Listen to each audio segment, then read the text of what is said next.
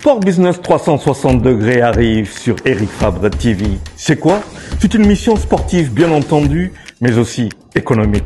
Elle va parler de quoi? De l'économie du sport. Quand ça? Eh bien, toutes les 2 semaines, ici, sur Eric Fabre TV, avec moi-même, Charles Fay. On va parler, par exemple, de football, de l'économie du football. Et bien sûr, il y a du foot, mais il y a toute une économie, les droits de télévision, ainsi de suite. On va parler aussi du basket. Il n'y a pas longtemps, le bal se déroulait ici à l'Arena, à Dakar. Quand on parle de bal, on parle aussi du business. C'est du basket business.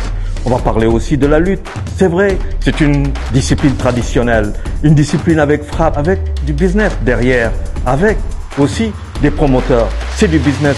On va parler de politique sportive, des enjeux du sport dans le développement, des enjeux du sport avec le développement. Pas de développement sans sport, mais pas de sport aussi sans business. Ça sera toutes les 2 semaines, ici même sur Eric Fabre TV, avec moi-même.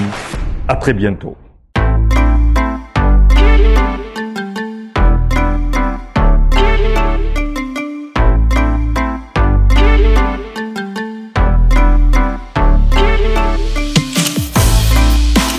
Bonjour à tous, bienvenue, moi c'est votre coach Tasha. Aujourd'hui nous sommes à la 2e salle de Metapower qui se trouve juste en face l'école Manguier à Fass. Aujourd'hui on va faire une séance avec l'international bodybuilder Sidi Pouye. Aujourd'hui on va vous présenter la salle Metapower qui a été initiée par Sidi Pouye, le bodybuilder sénégalais. Bonjour Sidi. Bonjour Tasha. Bienvenue dans Tour de salle. Aujourd'hui, on va présenter la salle Metapower de Fass. Ok. Tey ñu ngi fii nii ak coach Chacha Metapower gym de Fass. dañ fi amal ay séance d'entraînement maax moom bu leen ci dara rëcc kaalal ñu xool ñu.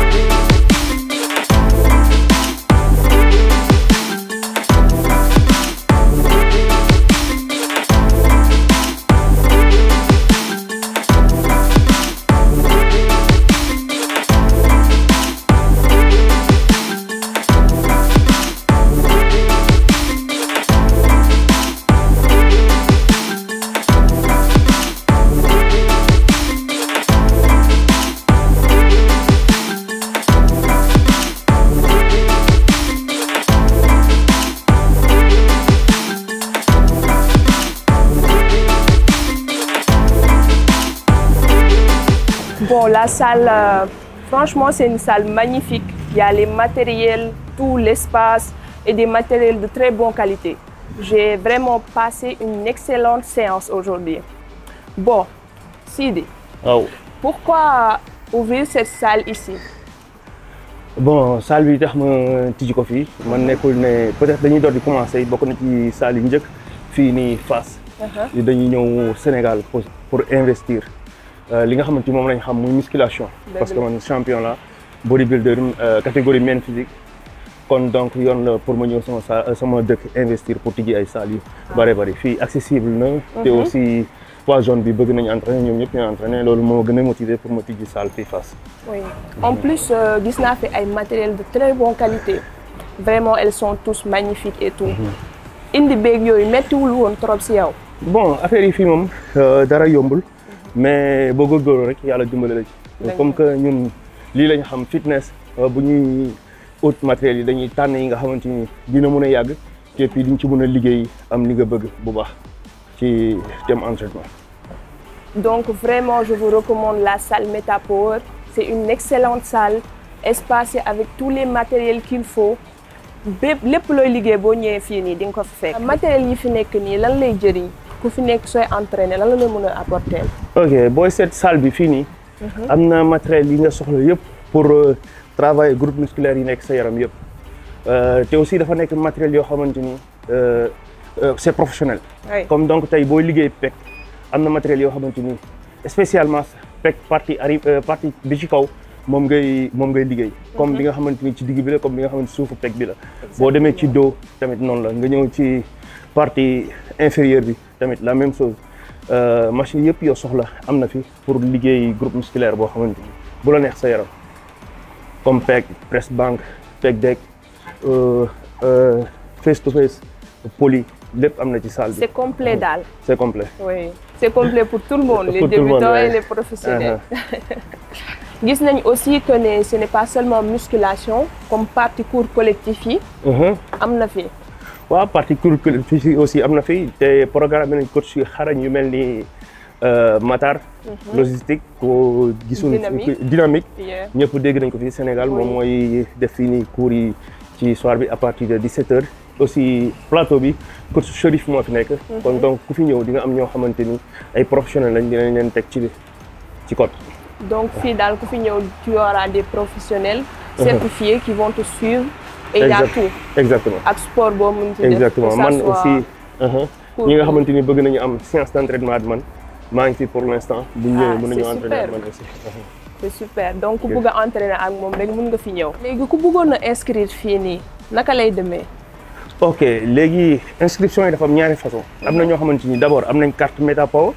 si mooy salle bi nekk fële cité Kër Góor gi mais d'abord bu fekkee yow mosoo am sunu carte inscription 25000 la mensualité 25000 bu fekkee da nga ñëw pour séance 2000 la mais nag bu fekkee am nga carte Metapower gym ba pare boo ñëwee mensualité rek ngay fay inscription frais d'inscription gratuite lay nekk ci yow mun nga woote ci numéro bi nekk ci suuf pour laaj plus d'informations ci salle bi.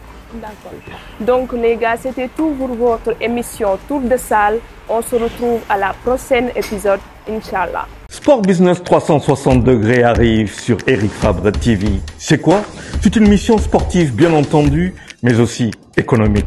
Elle va parler de quoi? De l'économie du sport. Quand ça? Eh bien, toutes les 2 semaines, ici, sur Eric Fabre TV. Avec moi-même, Charles Fay. On va parler, par exemple, de football, de l'économie du football. Et bien sûr, il y a du foot, mais il y a toute une économie, les droits de télévision, ainsi de suite. On va parler aussi du basket.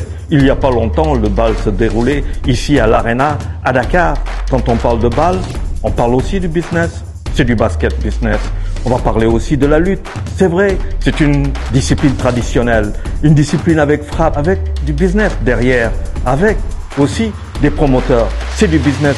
On va parler de politique sportive, des enjeux du sport dans le développement, des enjeux du sport avec le développement. Pas de développement sans sport, mais pas de sport aussi sans business. Ce sera toutes les 2 semaines, ici même sur Eric Fabre TV, avec moi-même. À très bientôt.